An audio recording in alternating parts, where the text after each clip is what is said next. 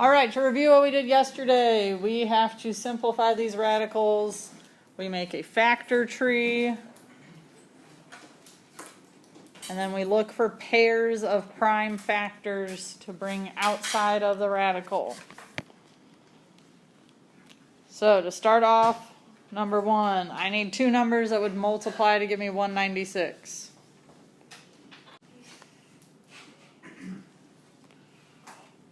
Now this is a special situation. Do I have to keep breaking these down? No. If I have a pair, then that means that that was a perfect square number. So the answer is just 14. So do I even need to write a radical on number one for my answer? No. All right, number two, I need two numbers that multiply to give me 400. Angel. Did you say 104? Okay. We can use 104. 100 can break into what? 10 and 10. If we get a pair, even if they can be broken down further, you can stop. What about 4? 2 and 2. So again, we get a pair. All right, so now, what numbers can come outside of the radical?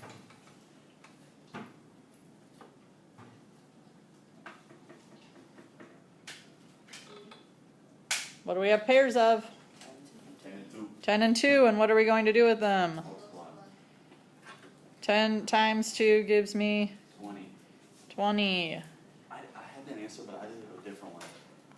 I need two numbers that multiply to give me 98. 49 and 2. 49 and 2 will work. Which of those numbers can break down further? 49. Breaks into 7. 7 and 7. Circle my pair. What number is alone this time? The 2. What number is already outside my radical?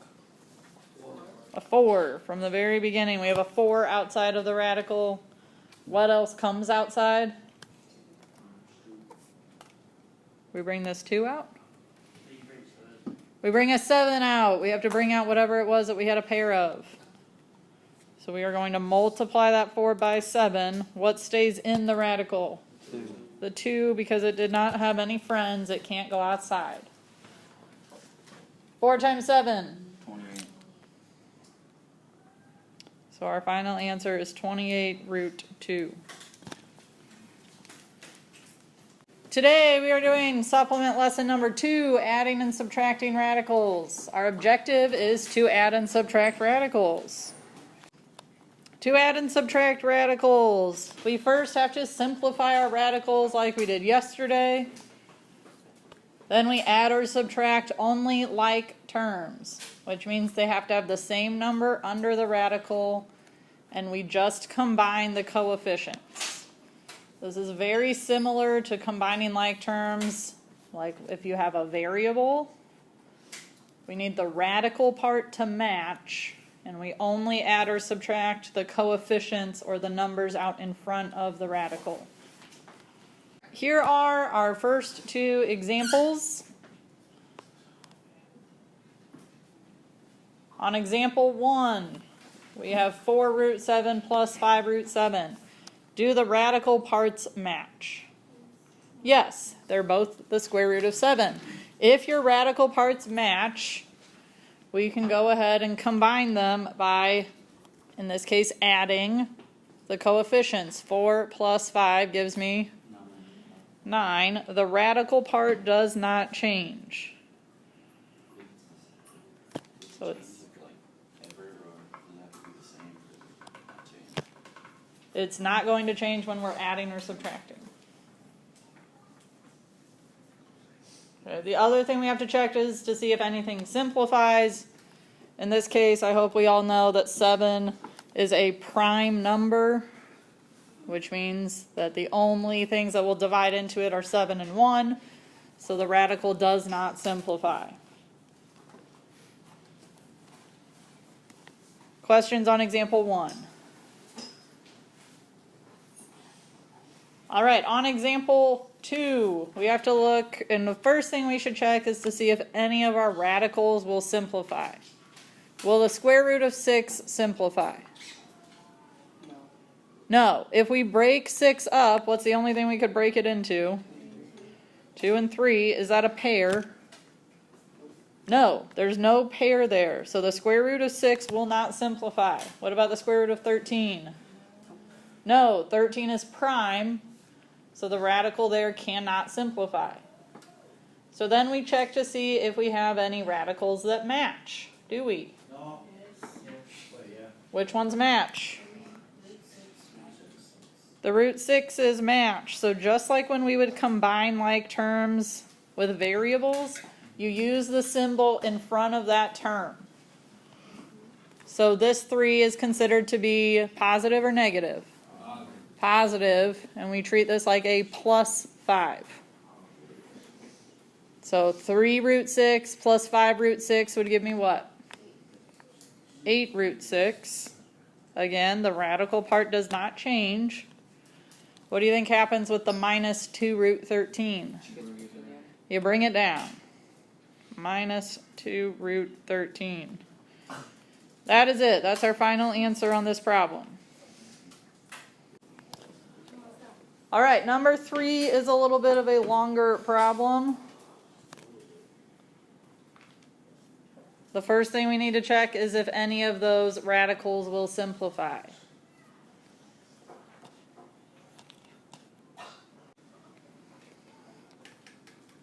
We already talked about how root 6 will not simplify. That doesn't change on this problem. The square root of 3, is that one going to simplify? Wait, why can't root 6 simplify? Because 6 only breaks into 2 and 3. There are no pairs there, so it cannot simplify. It has to break into something with pairs for it to simplify. Will 3 simplify? The square root of 3? No. So which ones will simplify? 48 and 54. Let's start with the square root of 48. What can we break 48 into? I heard a few things. I heard 8 and 6 most, so we'll stick with that one. What will 8 break into? 4 and 2. And what will 6 break into? 2 and 3. What do we have a pair of? 2's. What was already out in front of that? A 2. So we have a 2 that's out there already. We have another 2 that's coming outside. What are we going to do with those 2's? Multiply them. That gives us what? 2 times 2 is 4. What would still be underneath the radical?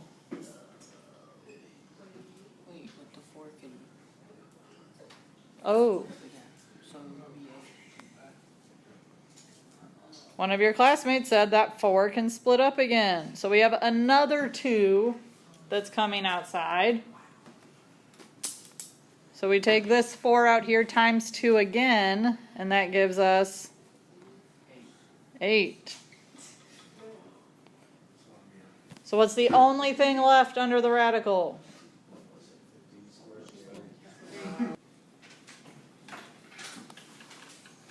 What's the only thing left under this radical?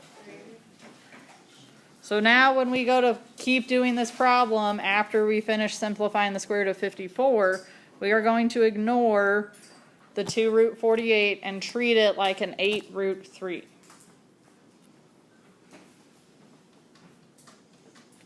We still need to break down the square root of 54. What will that break into? 9 and 6. Which of those can keep breaking down? Both of them. The 6 breaks into what?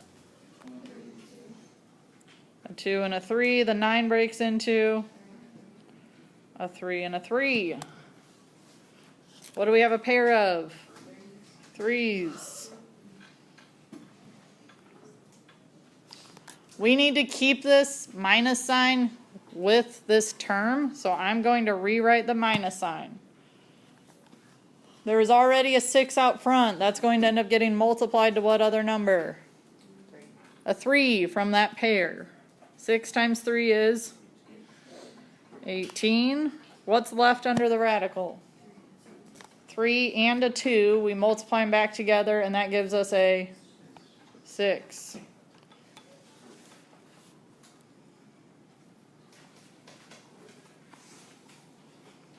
Now again, we are going to ignore that term now. We're done with it. We are instead going to use the 18 root 6.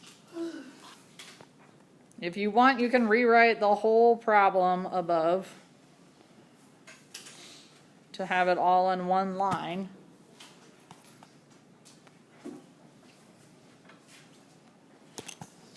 Either way you go about it, your next step now is to look for like terms. Which terms are alike here?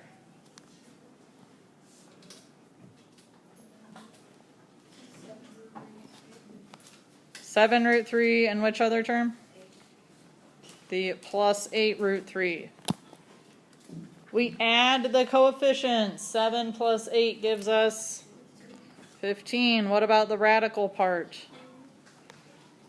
It stays a 3. The radical part does not change.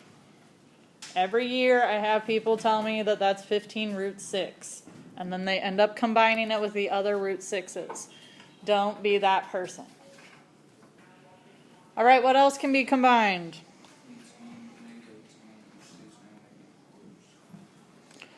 The negative 4 root 6 and the negative 18 root 6. Negative 4 minus 18 is negative 22. What goes under that radical? Still a 6. Now, those do not have the same radical part, so they cannot be combined any further, so we are finished with that problem.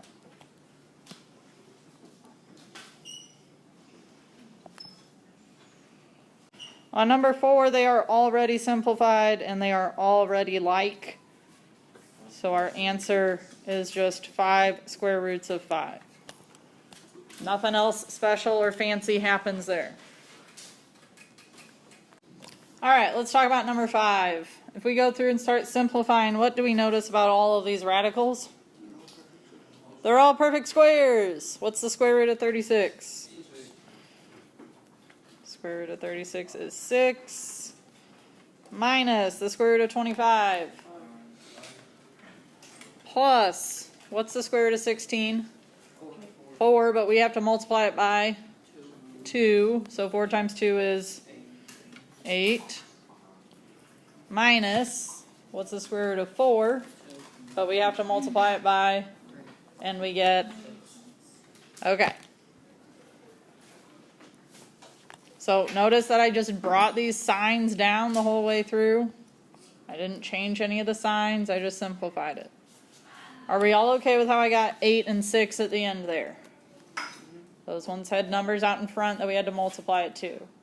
Now we don't have any radicals left at all. So these are all just constant numbers. We can combine them.